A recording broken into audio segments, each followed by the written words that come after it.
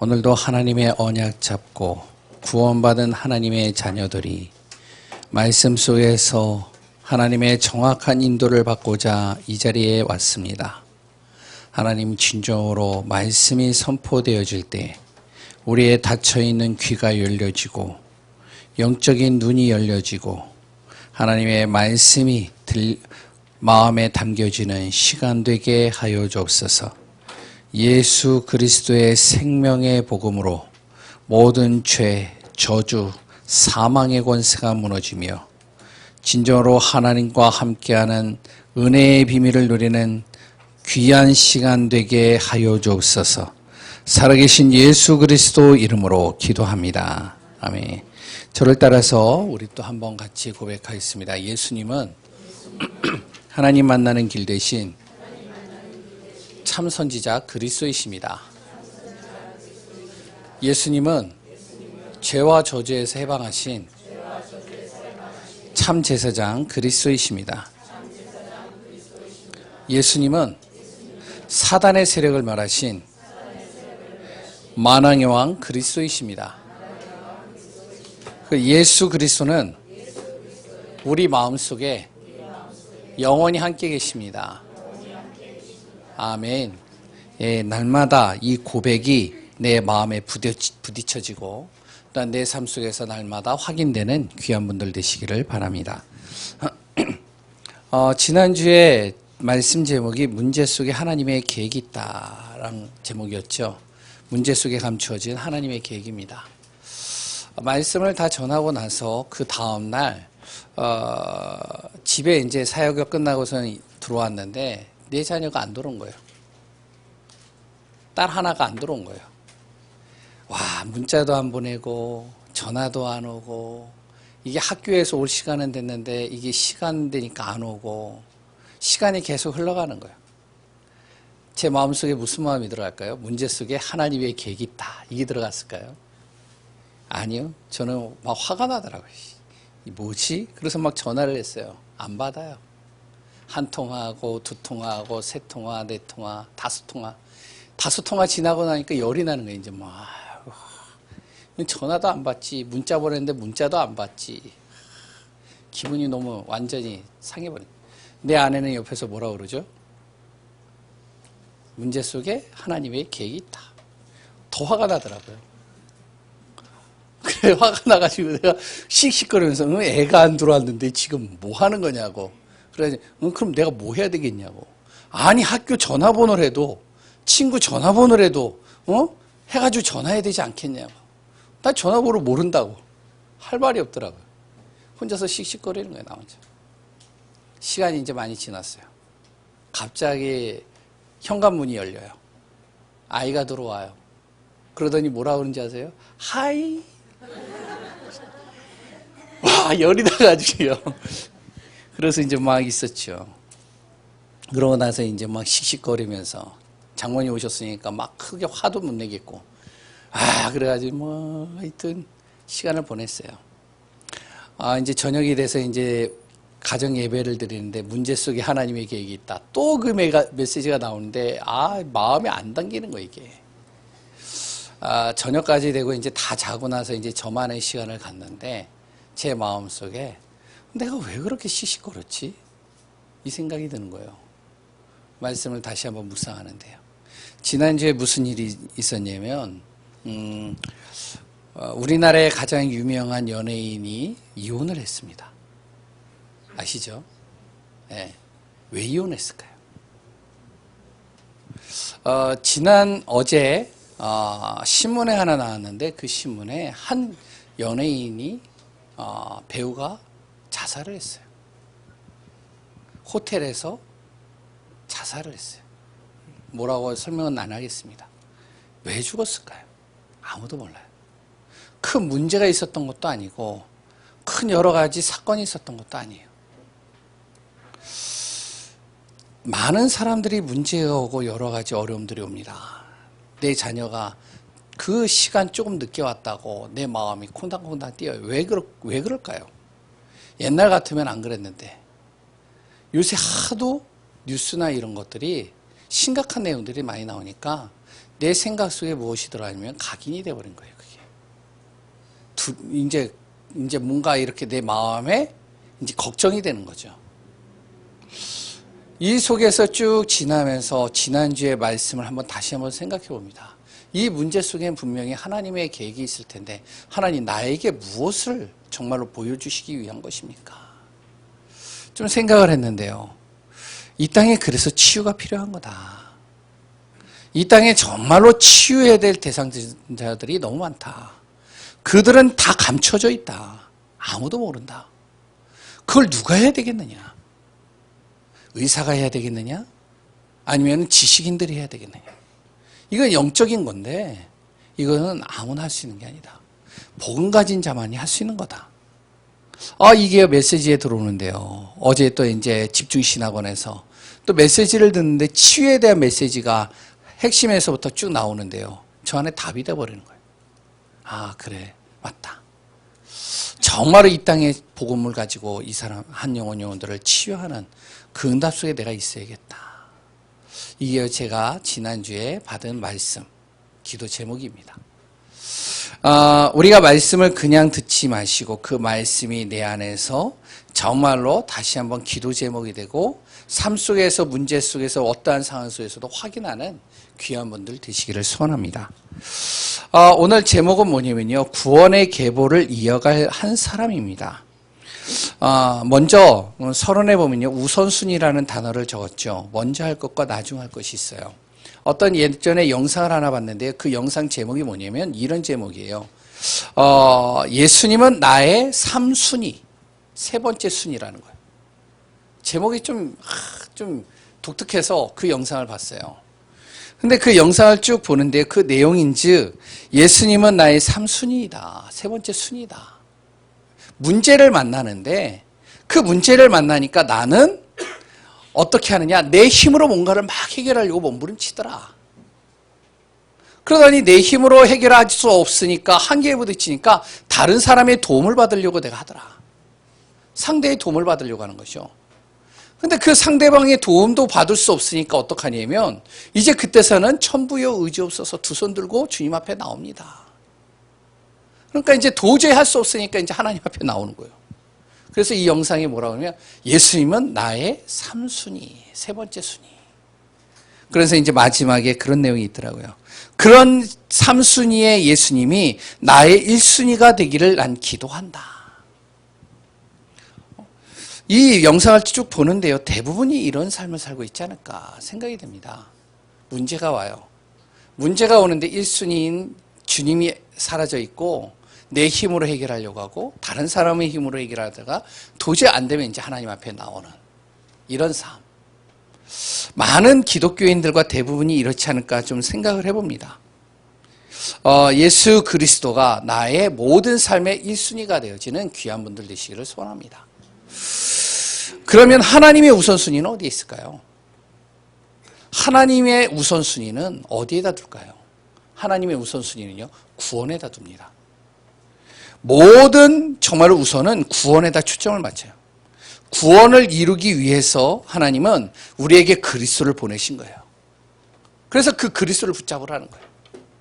구원을 이루기 위해서 하나님께서는 우리에게 지금도 언약의 말씀을 주시는 겁니다. 그래서 우리가 그리스도, 그랬던 하나님의 언약 붙잡는 이유가 구원을 이루기 위해서. 나를 통하여. 우리가 십자가의 구원의 길을 왜 그리죠? 지식을 쌓기 위해서 그리는 게 아니잖아요. 무엇을요? 구원을 이루기 위해서. 이것이 바로 하나님의 제1순위입니다. 그래서 오늘 제목이 뭐냐면 그 구원의 하나님의 우선순위인 그 계보를 이어갈 한 사람. 그 한 사람의 내용을 가지고 오늘 본문을 통해 같이 말씀을 나누려고 합니다. 창세기를 한 장씩 우리가 쭉 보고 있죠. 창세기를 쭉 보는 가운데 지난주에 이제 창세기 37장의 내용이 나왔습니다. 요셉의 이야기였죠. 그래서 요셉이요, 이제 애굽으로 팔려가는 장면이 마지막 절이었어요. 마지막 내용이었죠. 그러니까 애굽으로 팔려갔어요. 그러면 이제 그 다음에 38장에 뭐가 나와야 될까요?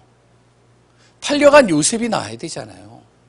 근데 팔려간 요셉이 간 내용은 전혀 빠져 있고 38장에 누가 나와 있냐면은 유다의 가족사에 대해서 나와 있어요. 혹시 읽어보셨나요, 성경을? 읽어보셨으면은 제 말이 이해가 될 겁니다. 37장 잘 요셉의 이야기를 이렇게 전개해 나가다가 38장에 갑자기 뜬금없이 유다라는 사람이 나오고 그 유다의 가정 이야기가 나오는 거예요. 그리고 이제 39장에 뭐가 나오냐면은 요셉의 애굽 생활의 내용이 이제 그 다음부터 나오는 겁니다. 완전히 37과 39장 사이에 38장이 끼어버린 거죠. 좀 맞지 않는 내용이 끼어버린 거죠. 그러면 유다의 가정 이야기를 담았는데 이 가정 이야기가 그럼 얼마나 중요하길래 여기에다가 하나님께서 담아 놓으셨을까? 내용을 쭉 읽어보시면 아시겠지만 언뜻 보면요, 별 내용이 없어요. 중요한 것도 아니에요. 근데 거기에 적혀져 있단 말이에요. 이 38장은요, 설교하기가 진짜 싫은 내용이에요. 한 장 한 장씩 안 했다면 제가 그냥 넘어가고 싶은 내용이에요. 왜냐면 읽어보시면 아시잖아요. 오늘도 같이 읽어보셔서 아시잖아요. 별 특별한 내용이 없어요. 오히려 적히지 않았으면 좋겠다라는 내용이 여기에 적혀져 있는 겁니다. 그 내용이 뭐죠? 바로 유다가요, 형제를 떠나서 가나안 사람과 결혼했어요. 형제들과 떠나서 가나안에 있는 밑에 있는 지방에 내려가서 거기에서 가나안 사람을 만나서 결혼을 한 겁니다. 그 결혼을 했는데 세 자녀를 낳았어요. 그 세 자녀 중에 첫째 아들, 그 아들을 결혼시키기 위해서 누구를요? 가나안 사람 여자를 또 이제 소개해서 결혼을 시킨 겁니다. 그런데 그 첫째 아들이 죽었어요. 그리고 둘째 아들도 죽었어요. 그 딸, 며느리, 다말이죠. 그 첫째 아들과 결혼한 그 며느리, 그 다말이 결혼을 했는데요. 큰아들이 죽으니까 그 유대인의 법상에는 바로 그 동생이 그 대를 이어줘야 돼요. 그러니까 그 동생이 대를 이어주기 때문에 형수의 침상에 들어가서 아기를 낳아줘야 되는 겁니다. 근데 아기를 낳아주지 않으려고 몸부림치다가 어떡하냐면은 그 동생도 죽어버린 거예요. 두 아들이 죽어버렸죠. 그러니까 어떡해요? 이 유다는 세 번째 아들이 있었는데 그 세 번째 아들은 죽임을 당하지 않게 보호하기 위해서 다말을 어디로? 바로 고향으로 보낸 겁니다. 왜냐면 이제는 둘째가 죽었으니까 셋째 아들을 통해서 자녀를 낳아줘야 되니까 그럼 또 이 자녀도 죽게 생긴 거예요. 그러니까 이제 며느리를 보낸 거예요. 그러니까 며느리는 이제 고향으로 간 겁니다. 그래서 이제 이 유다가 거기에서 이제 여러 가지 일을 하다가 조금 이제 몸이 이제 지쳐서 좀 쉬고 있는데 어디 근처에 갔는데요. 그 근처에서 어떻게 해요? 가나안의 한 여인과 잠을 잔 거예요. 그러니까 이제 몸 파는 여인이라고 생각을 하고 잠을 잔 거죠. 근데 그 여인이 누구냐면 바로 자기 며느리 다말이에요. 완전히 문란한 가정이 되어버려요. 이게 오늘 내용입니다. 전체적인 내용이에요. 그런데요, 중요한 거는 이 유다의 며느리인 다말이요. 마태복음 1장에 보면 1장 3절에 보면 예수 그리스도의 족보에 기록되어져 있는 최초의 여인이 되어져요. 희한하잖아요. 두 아들이 죽었어요. 시아버지 유다랑 유다하고 잠을 자서 아기를 낳았는데 그런데 이게 우리가 볼 때는 문란한 삶을 산 여인인데 예수 그리스도의 족보에 이 여인이 들어가 있단 말이에요. 뿐만 아니라 오늘 본문 38장 26절에 보면 뭐라고 나와 있냐면 유다가요, 다말을 보고 자신보다 더 옳다라고 얘기를 합니다. 아니 뭐가 옳은데요? 그리고 또한 예수님의 족보에 왜 들어가게 되어졌는데요? 이런 모든 내용들의 하나하나들을 가지고 오늘 정말로 본문을 통해서 답을 찾고 하나님의 인도받는 귀한 분들 되시기를 소원합니다. 첫 번째 본문의 본론을 보면요. 성경의 모든 이야기는요, 구원을 말하고 있고 하나님은 구원에 모든 초점을 두고 구원 계획을 이뤄 가십니다. 이걸 믿으셔야 돼요. 성경은 위대한 인물을 기록하고 있는 역사서가 아닙니다. 그러니까 요셉의 이야기를 쭉 전개해 나가는데 요셉 알잖아요. 정말로 위대한 인물이잖아요. 렘넌트 7명 중에 또 한 명이 딱 들어가 있는 요셉이잖아요. 근데 그 요셉의 이야기를 쭉 하다가 중간에 유다를 딱 집어넣었단 말이에요. 하나님께서는요, 위대한 역사의 인물을 기록하기 위해서 성경을 적은 게 아니에요. 그리고 또한요, 사실을 기록하기 위해서 적어놓은 것도 아닙니다. 이 성경은요. 너무 사실이 정확한 것들을 기록해야 되니까 이것도 어쩔 수 없이 여기다 집어넣어야 된다 해서 집어넣은 게 아니에요. 성경의 전체 내용은 무엇이냐면 바로 성경의 전체 내용은요, 구원의 이야기를 담고 있습니다. 구원에 대해서 담고 있는 게 성경이에요. 또한 하나님은요, 이 구원을 이루기 위해서 능력 있는 사람을 필요로 하지 않아요. 구원을 이루기 위해서요, 예의 바른 사람을 필요한 것도 아닙니다. 하나님은요, 윤리와 도덕이 정말로 갖춰져 있는 사람을 원하는 것도 아니에요. 언변이 뛰어난 사람을 하나님 필요로 하는 것이 아닙니다. 하나님은 어떤 사람을 필요로 하냐면 구원의 계획 속에 있는 사람, 이 한 사람을 하나님은 필요로 하시는 거예요. 그게 하나님이십니다. 그래서 한 사람을 통해서 이 세상에 무엇이 들어왔냐면 근본 문제가 시작됐어요. 죄가 들어왔어요. 그게 누구죠? 그게 아담이에요. 최초의 인간 아담을 통해서 죄가 들어온 겁니다. 근본 문제, 바로 죄와 저주와 그리고 사망의 권세, 사단의 권세, 그리고 또한 이 흑암 지옥의 권세가 아담 한 사람을 통해서 이 땅에 들어오기 시작한 거예요. 또한 하나님은요, 이 구원을 이루기 위하여 정말로 사람의 몸을 입고 한 사람을 이 땅에 보내시어서 어떻게 하냐면 모든 근본의 문제와 우리의 모든 저주와 재앙을 완전히 해결해 버리셨습니다. 한 사람을 통해서. 그게 누구죠? 그게 바로 그리스도 예수님이셔요. 바로 이 예수 그리스도를 통해서 하나님은 모든 인생의 문제를 끝내기 위하여 이 구원의 계획을 이루시고자 한 가문을 택하신 겁니다. 그 가문이 아브라함의 가문이에요. 그러니까 아브라함의 가문은 이 아브라함이 능력이 있고 예의가 바르고 도덕과 윤리가 갖춰져 있고 언변이 뛰어나기 때문에 하나님이 택하신 것이 아니에요. 구원의 계획을 이루기 위해서 바로 그리스도 예수를 보내시어 모든 인생의 문제를 끝내게 하기 위해서 이 가문을 하나님이 선택하신 거예요. 그 택함 속에 누가? 바로 이 아브라함이 들어가 있는 것이죠. 그 아브라함의 가문, 이것이 바로 창세기의 모든 내용을 이루고 있는 언약을 이루는 모든 전반적인 내용이 여기에 담겨져 있습니다. 그런데요, 사단은요, 어떻게 해서든지 이 구원을 이루지 못하도록 어떻게 하면 생명을 걸고 막습니다. 최초의 사람부터 시작해서요, 지금까지 자신의 정체를 싹 감춰놓고 어떻게 하냐면 구원의 계획이 이루어지지 못하도록 이 복음을 철저하게 막아요. 최초의 인간 아담을 통해서요, 바로 창세기 3장에 하나님을 떠나게 만들면서 나 중심으로 완전히 바꿔버리는 겁니다. 너가 하나님같이 되면 돼. 선악을 알게 하는 나무의 열매 먹으면 너가 눈이 밝아지고 그리고 또한 너의 모든 것이 밝아져서 너가 하나님같이 될 거야. 선악을 구분한다니까. 나 중심으로. 내가 하나님같이 되고자 유혹을 하는 것이죠. 그래서 창세기 6장에는요, 물질, 그리고 또한 모든 여러 가지 풍요를 가져다 주면서 하나님만 싹 빼버리는 거예요. 바벨탑 사건 11장에 보면요, 성공을 위해서 달려가도록 만드는 겁니다. 너가 하나님과 같이 높아지면 돼. 그러면서 어떻게 해요? 이 사단의 정체만은 쏙 감춰놓는 거예요. 심지어는요, 사도행전 13장, 16장, 19장에 나오듯이 신들린 사람이나 귀신의 힘을 입거나 아니면 오랫동안 나라와 지역마다 우상을 만들어 놓고 어떻게 하면 이 복음을 싹 막는 겁니다. 복음만 전달되지 못하도록 막는 거예요.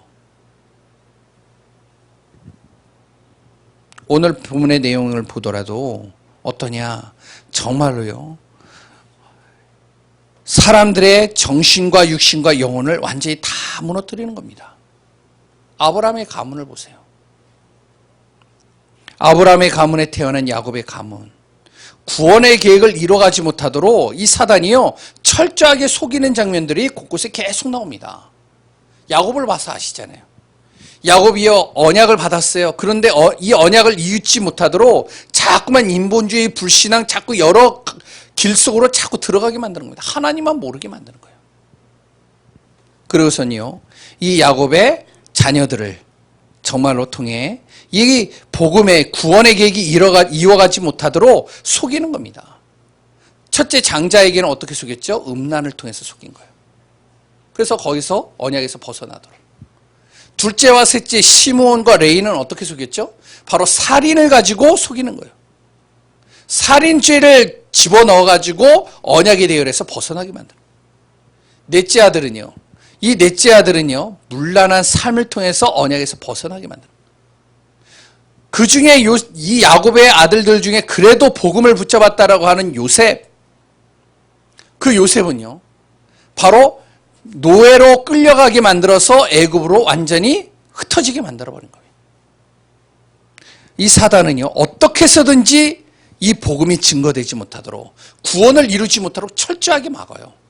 생명 걸고 막습니다. 이것이 바로 사단의 계획이라는 거예요. 지금도 사단은요, 어떻게 해서든지 이 복음이 전달되지 않도록 계속 속입니다. 구원받은 하나님의 자녀들이 자꾸 문제에 빠져서 헤매이게 만들어요. 그리고요, 언약 붙잡지 못하고 다른 것 가지고 살도록 자꾸만 속이는 겁니다. 그러니까 기도하지 못하도록 만드는 것이죠. 지금도 많은 기존 신자들과 많은 성도들이요, 하나님의 구원 계획과 상관없이 자기 문제에 빠져서요, 그 문제 속에서 헤매이고 있습니다. 왜죠? 사단의 이 속임수예요. 철저하게 구원을 막는 겁니다. 이런 속에서요, 하나님은요, 이 구원의 계보를 이어가기 위하여 하나님께서는요, 여러 가지 사건과 문제를 일으키는 경우가 상당히 많이 있습니다. 지난주에 함께 우리가 나눴듯이 하나님의 구원의 계획은요, 누구도 막을 수 없어요. 아무리 사단이 철저하게 막으려고 해도 하나님의 구원 계획은요, 막을 수 없는 겁니다. 하나님은요, 사건과 문제를 허락하시면서, 사단이 주는 이 사건과 문제를 허락하시면서도 그 속에 하나님의 구원의 계획을 이루어가셔요. 이게 하나님이십니다. 그래서 우리가 지난주의 말씀, 문제 속에 하나님의 계획을 볼 수 있는 하나님의 자녀가 되기를 소원합니다. 아멘 소리가 없네요. 괜찮습니다. 두 번째입니다. 구원의 계보를 이어갈 그래서 한 사람이 필요하다는 거예요. 오늘 본문의 내용을 우리가 다시 한번 살펴볼게요. 이 유다는요, 죄책감과 언약에서 벗어난 삶을 살았어요.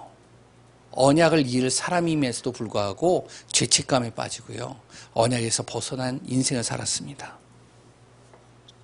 오늘 본문을 보면 유다는요, 하나님을 기쁘게 한 것이 하나도 없어요. 신앙적으로도 인간적으로도 잘못한 것만 있는 것이 바로 유다였습니다. 언약이 없는 가나안 사람 수아의 딸과 결혼했죠. 그리고 또한 자신의 아들들을 제대로 언약으로 키우지 못했죠. 그리고 또한 자신의 아들 둘이 죽자 며느리 탓을 하면서 고향으로 돌려보냈죠. 그리고 또한 자신이 외로움을 달래기 위해서 몸 파는 여자같이 보이는 여자와 하룻밤을 자려고 자기의 증표를 준 거예요. 그러니까 오늘 본문의 내용의 전체적인 걸 보면은 유다가요, 하나님을 기쁘게 한 내용이 하나도 없어요. 한 가지 기쁘게 한 것이 있다는 것을 찾으려면 37장 26절에 딱 하나 나옵니다. 그것도 아주 작은 거예요. 뭐죠? 요셉의 형들이 모여가지고 요셉을 죽이려고 하는데, 구덩이에 빠뜨려 놓고 죽이려고 하는데, 이 유다가요, 뭐라고 그러죠? 우리 죽이지 말자. 우리 동생 아니야. 생명을 그래도 보존시키자. 이거 하나밖에 한 게 없어요. 요셉의 생명을 구한 그 일 하나만 가지고 볼 때 하나님을 기쁘게 한 건 요거 하나밖에 없습니다. 그럼 노예로 팔았는데 그것이 기쁘게 한 겁니까? 이렇게 얘기할 수도 있겠죠. 요셉의 생명을 살리고자 하는 그 마음, 유다의 그 마음과 하나님의 계획이 맞아떨어진 거예요. 그런데 이것을요, 하나님은요, 기쁘게 여겼다라고 그래요.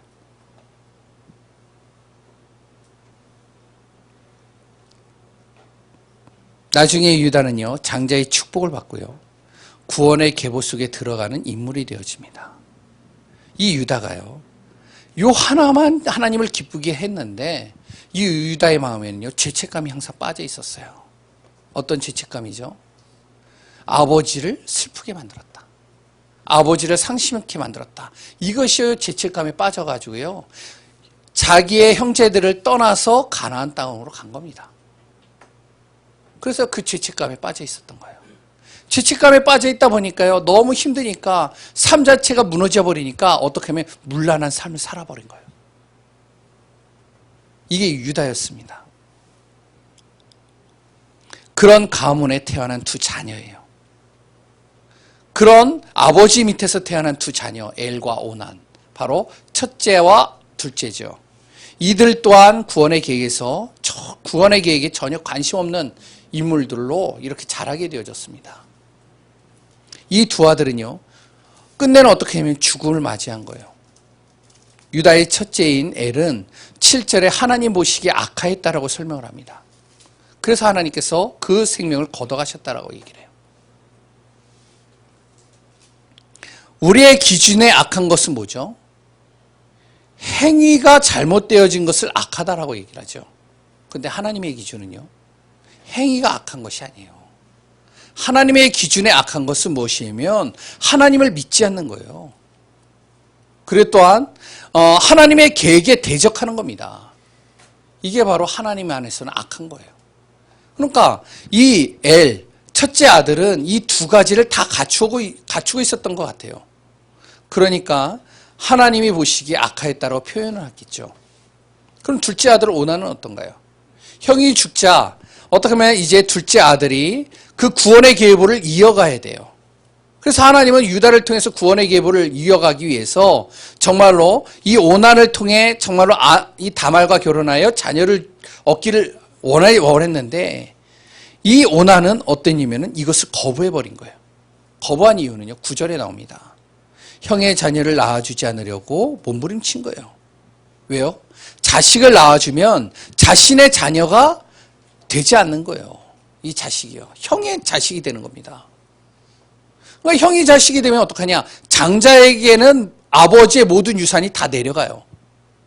그러니까 형의 자식을 낳아주면, 형이 죽었는데 형의 자식을 낳아주면 아버지의 모든 유산이 그 형의 자식, 바로 자기가 낳아준 그 아이에게 다 내려가는 거예요.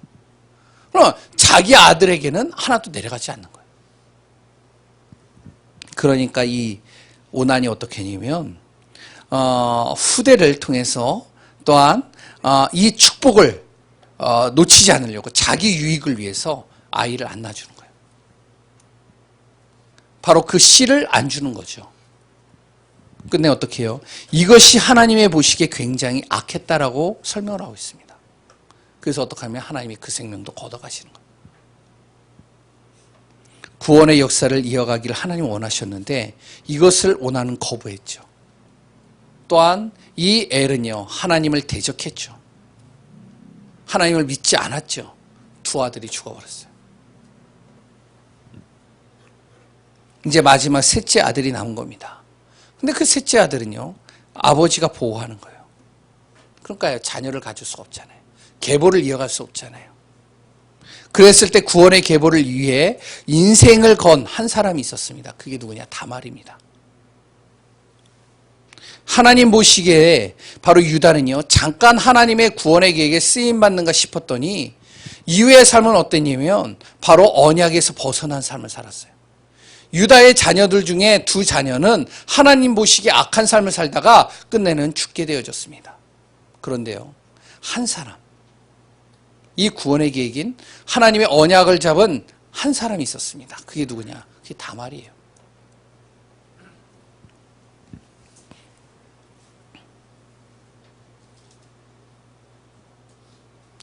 이 다말은요, 이방 여인입니다. 근데 이 이방 여인이요, 정말로 하나님의 구원 계획을 딱 잡았단 말이에요. 시아버지와 자려고 한 행동만 보면 그 당시의 법으로 보면요, 화형에 처해야 돼요. 왜냐면은 가정을 문란하게 하면 어떻게 되지냐? 그 당시의 법은 그 사람을 화형에 처해가지고 모든 사람이 다 보도록 만드는 거예요. 그러니까 만약에 이 다말이 시아버지랑 동침을 해서 자녀를 낳게 되어지면 어떻게 보면 화형에 처해지는 그 자리에 들어가야 되는 거예요. 그런데 다말은요, 본인의 잘못은 아니었지만 그래도 자신을 통해서 두 자녀가 죽게 되어졌고요. 시아버지도 자신의 탓으로 돌리면서 같은 상황에서 어떻게 하면 자기를 이제 어떻게 하면 고향으로 돌려보낸 이 상황 속에서 이 다말이 웬만하면 그냥 조용히 있거나 아니면은 시아버지나 아니면은 이 유다의 가문을 정말로 불만을 표현하고 불신앙을 했을 텐데도 불구하고 다말은 어떻게 했냐면 유다의 자녀를 낳기 위해서 인생을 걸어버린 겁니다. 화형에 처할 것을 뻔히 알면서도 인생을 거기다 걸어버렸어요. 왜 그랬을까요? 다말이요, 유다의 가문에 결혼했을 때 알았던 겁니다. 오늘 본문을 잘 보시면 알아요. 엘이요, 정말로 하나님 보시기에 악한 삶을 살았어요. 하나님을 믿지 않고 문란한 인생을 살았습니다. 그래서 하나님 유다가 어떻게 하면 그 아들을 위하여 누구를? 다말을 결혼시켜 준 거예요.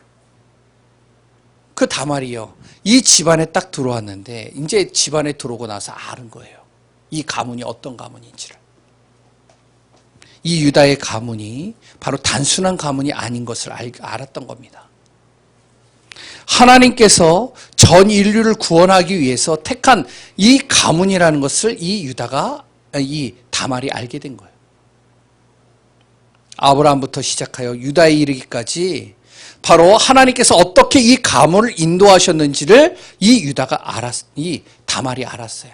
왜냐하면 그 당시에 가나안 사람들 대부분은 아브라함의 가문이 하나님께서 어떻게 인도해 가셨는지를 봤거든요. 거기에 또한 유다는요, 야곱의 네 번째 아들이에요. 거기에다가 영적인 장자의 축복을 가진 사람이 바로 이 유다라는 것을 이 다말이 알았습니다. 그런데 이런 유다의 가문에 이 다말이 들어왔는데 자녀가 죽었어요. 그리고 또한 시아버지는요, 셋째를 보호하고 있어요. 어떤 방법으로도 이 유다의 후대를 이어갈 수 없는 상황이 벌어진 겁니다. 그래서 어떡하냐면 이 다말이 이런 행동을 취한 거예요. 왜? 유다의 가문을, 이 구원의 계보를 이어가기 위해서. 목사님 그걸 어떻게 할 수 있어요? 목사님이 성경에 그렇게 안 나와 있는데요. 목사님 생각이 그런 거 아닙니까? 그렇게 얘기할 수도 있겠죠. 그런데 성경을 자세히 보면 알아요. 뭐냐면 38장 26절에 유다가 뭐라고 그랬죠? 음탕한 행위를 했던 그 다말에게 뭐라고 그러냐면 자신보다 옳다라고 표현한 거예요. 그래서 자기의 셋째 아들을 자기는 주지 않으려고 하는데 바로 이 다말이 행동이 참 옳다. 왜냐하면 이 언약을 이뤄가기 위해서 정말로 이 후대를 이어가기 위해서 그 한 행동이 참 옳다 이렇게 표현했어요. 그걸 뭐죠? 구원의 계보를 이어가려는 마음이 있었다는 겁니다. 만약에 정말로 복수심을 가졌다면 이 다말이 어떻게 했을까요? 예? 그 시아버지랑 동침하고 나서 징표를 얻고 나서 아기를 지웠겠잖아요. 근데 아기를 가졌다니까요. 그래서 심지어는 화형에 처할 것도 뻔히 알아요. 그 시아버지가 거짓말하거나 자기가 전혀 이거와 상관없다라고 얘기를 해버리면 자기는 화형에 처해져야 돼요. 뻔히 알면서도 어떻게 하면 인생을 걸어버린 거예요. 왜? 구원의 계보를 이으려고. 또 어떻게 알죠? 마태복음 1장 3절입니다. 예수 그리스도의 계보에 이 다말이 들어가 있어요. 유다는 다말에게서 베레스를 낳고 이렇게 나오잖아요. 하나님은요 절대 실수하는 법이 없으십니다. 그냥 마태복음 1장에 그리스도의 계보에 기록하지 않습니다. 하나님은 마태복음 1장에 기록된 이 사람들은 어떤 사람들이냐면 구원의 계획을 이어간 사람들이에요. 거기에 기록된 사람들이 그런 사람들이에요. 그러니까 거기에 이방 여인이요 정말로 다말의 이름이 들어갔단 말이에요. 그건 뭐죠? 이 다말을 통해서 구원의 계보를 이어갔다는 것이죠. 그러면 행위가 우리가 어떻든 언약에 쓰임받으면 됩니까? 라고 물을 수도 있습니다. 물론 그렇지는 않죠. 하지만 하나님이 보시기에 하나님 떠난 모든 인간은요 어떠냐? 바로 아무리 선한 행위를 행해도 바로 죄인입니다. 하나님께는요. 하나님 떠난 인간이 아무리 바르게 살아도 흑암의 틀 속에 있는 존재예요. 여기에서 구원하기 위해서 하나님은 언약을 전달하고 계시고요. 그 언약을 이룰 한 사람을 하나님이 찾고 계시는 겁니다.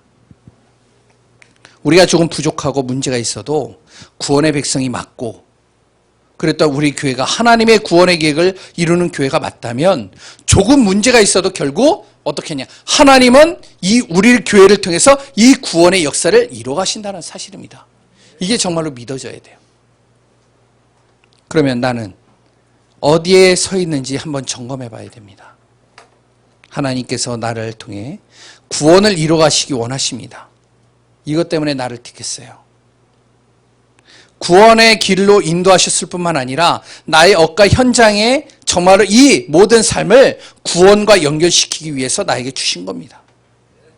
유다와 엘과 오난과 같은 사람이 아니라 구원의 계보를 이어갈 정말로 인생을 거는 다말과 같은 삶이 되어지기를 소원합니다. 그럼 첫 번째요. 나는 하나님의 구원 계획 속에 있는가? 한번 점검해 보세요. 정말로 나는 하나님의 구원 계획 속에 있는가? 두 번째는요. 구원의 계획 속에 나의 인생을 정말로 걸 수 있는가? 한번 질문해 보세요. 솔직히 저는요. 확신 가지고 이것을 말할 수는 없습니다. 왜냐하면 베드로도 확신 가지고 얘기했음에도 불구하고 요한복음 18장에 보면 3번 예수님을 부인했거든요. 만약에 이러한 상황에 가보지 않는다면 아무도 모를 겁니다. 저도 잘 모르겠어요. 그러나 정말로 이렇게 정말로 내 인생이 하나님의 구원의 계획 속에 나의 모든 인생을 걸 수 있기를 저는 지금도 기도하고 있습니다. 세 번째는요. 나는 구원을 이루는 하나님의 계획 속에 무엇을 준비하고 있는가? 한번 질문해 보시기 바랍니다. 우리가 일을 하더라도 계획을 가지고 일을 하죠. 그냥 일을 하지 않잖아요. 그런데 구원을 이루시기 원하시는 하나님의 뜻에 우리가 방향을 맞추는데 나는 그럼 무엇을 준비하고 어떻게 정말로 나는 이것을 이뤄가고 있는지를 한번 생각해 보시기 바랍니다. 그래서 나의 예틀이 정말로 구원의 계획 속에 걸림돌이 된다면 그걸 깨트리고 새 틀을 갖춰가는 귀한 분들 되시기 바랍니다. 결론입니다. 우리 예강교회는요. 정말로 3가지의 모델이 되어져야 되겠습니다. 어떤 모델이에요? 기도와 말씀과 전도의 모델입니다. 그러면서 또한 우리 교회가 정말로 이 구원의 계획을 이루기 위하여 캠프의 축복을 누리는 예강교회가 되어지기를 소원합니다. 기도하겠습니다. 하나님 감사합니다. 하나님의 절대 계획 속에서 우리를 인도하시고 움직이시는 주님이심을 고백합니다. 우리 한 사람 사람들이 구원의 계보 속에 정말로 이어갈 한 사람임을 고백합니다. 하나님의 뜻과 하나님의 계획 속에서 쓰임받는 귀한 분들 되게 하여 주옵소서. 살아계신 예수 그리스도의 이름으로 기도합니다.